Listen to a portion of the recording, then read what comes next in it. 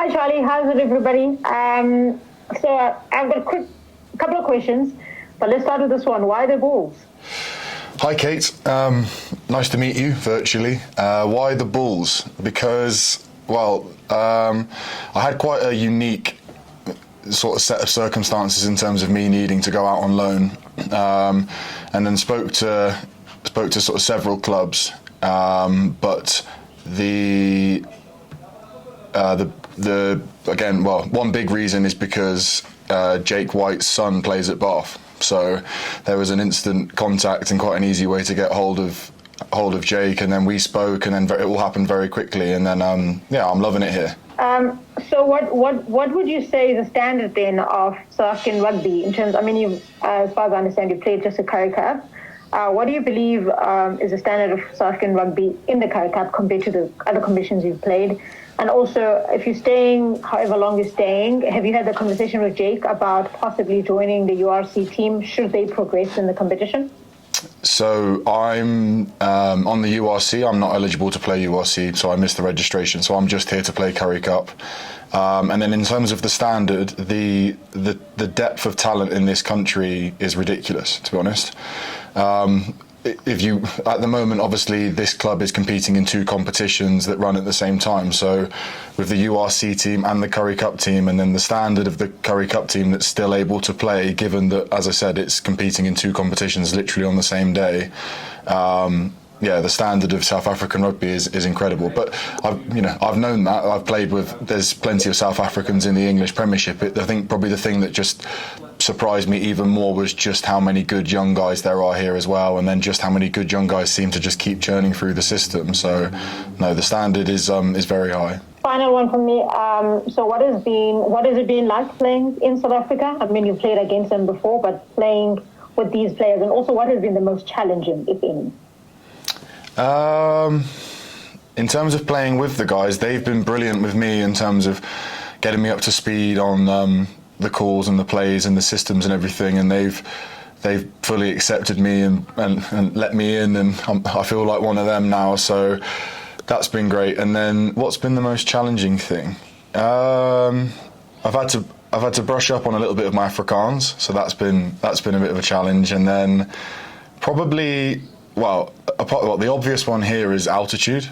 In that first game, it hit me like an absolute train. So I've never ever felt like that in a game before. And I know it was my first game in 9 months, and I wasn't going to be springing around feeling fresh, but I've never ever felt like that in a game before. So altitude, and then just not a challenge as such, but just more the exciting thing about being here is learning the way that they play rugby over here is subtly different to sort of some of the Northern Hemisphere stuff. So just learning about what they do, why they do it, how their systems work and stuff. So, and then on the flip of that as well, just trying to offer as much as I can. And part of the thing, and one of the things that Jake said to me when he brought me in was that he wanted me to share my knowledge, and of course, that's the least I can do in terms of the opportunity I've been given. The least I can do is, share information back. So just for some of the guys, obviously some guys have played overseas, some guys have played in the Northern Hemisphere, but for the guys that haven't, particularly some of the younger guys, just offering like a different perspective on a few things. Thank you. Does this mean they do their lineups in Afrikaans?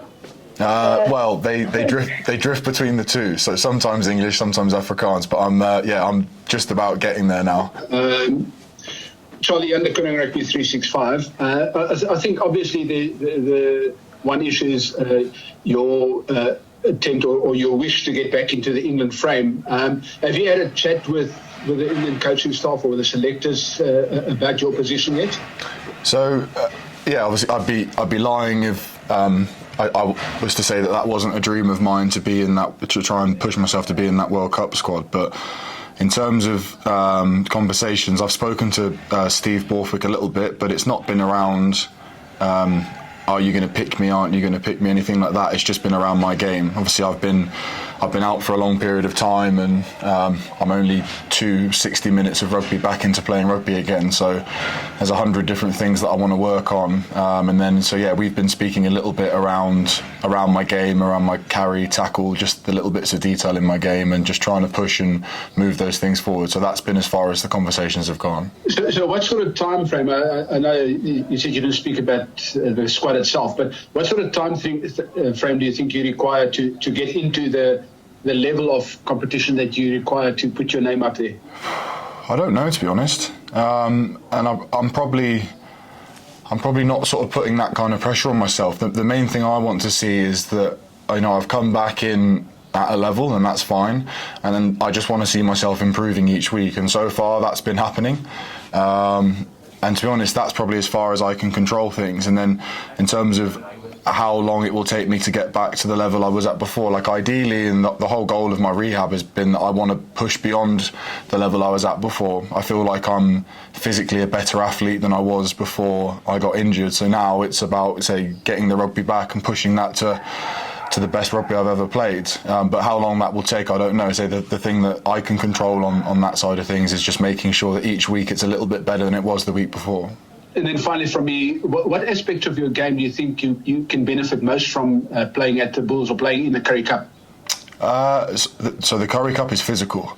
It's a very physical competition. So around the tackle area, but to be honest, all elements of the contact area, I think, is where I've got to be very, very good, because the athletes in this competition, the size of the guys, if your technique is poor, you get found out straight away. So that your height in the carry, height in the breakdown, your technique around the tackle. So those are the things that I'm learning the most about in my game and stuff after just 2 weeks. But yeah, like I say, that's what this competition's given me, and that's perfect. Obviously that's the thing that for 9 months you haven't been able to do, you haven't been able to play, and then I come back into this competition, get thrown in the deep end, and now I'm having to learn very quickly. Hi, Charlie, nice chatting to you.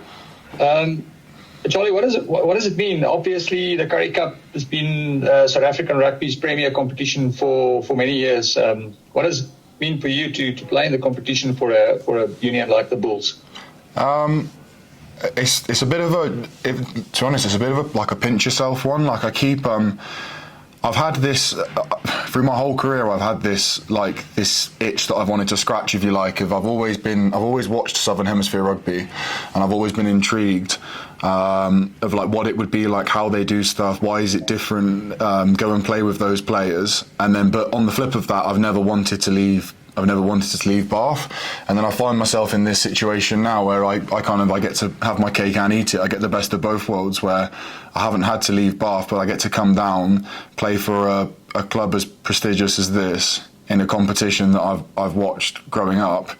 So yeah, there are some days where I'm pinching myself, and then just even like some of like the legends that are here, Mornay, Steyn, Bismarck, Duplessis, like these are guys that I've grown up watching, unfortunately beat England quite a bit, and now I'm getting to see them.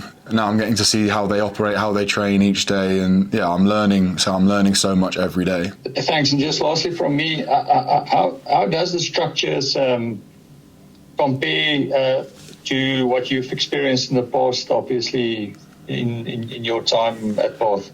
In terms of the playing structure, or the training weeks, or the playing structure. Yeah, training weeks and structures. Juniors.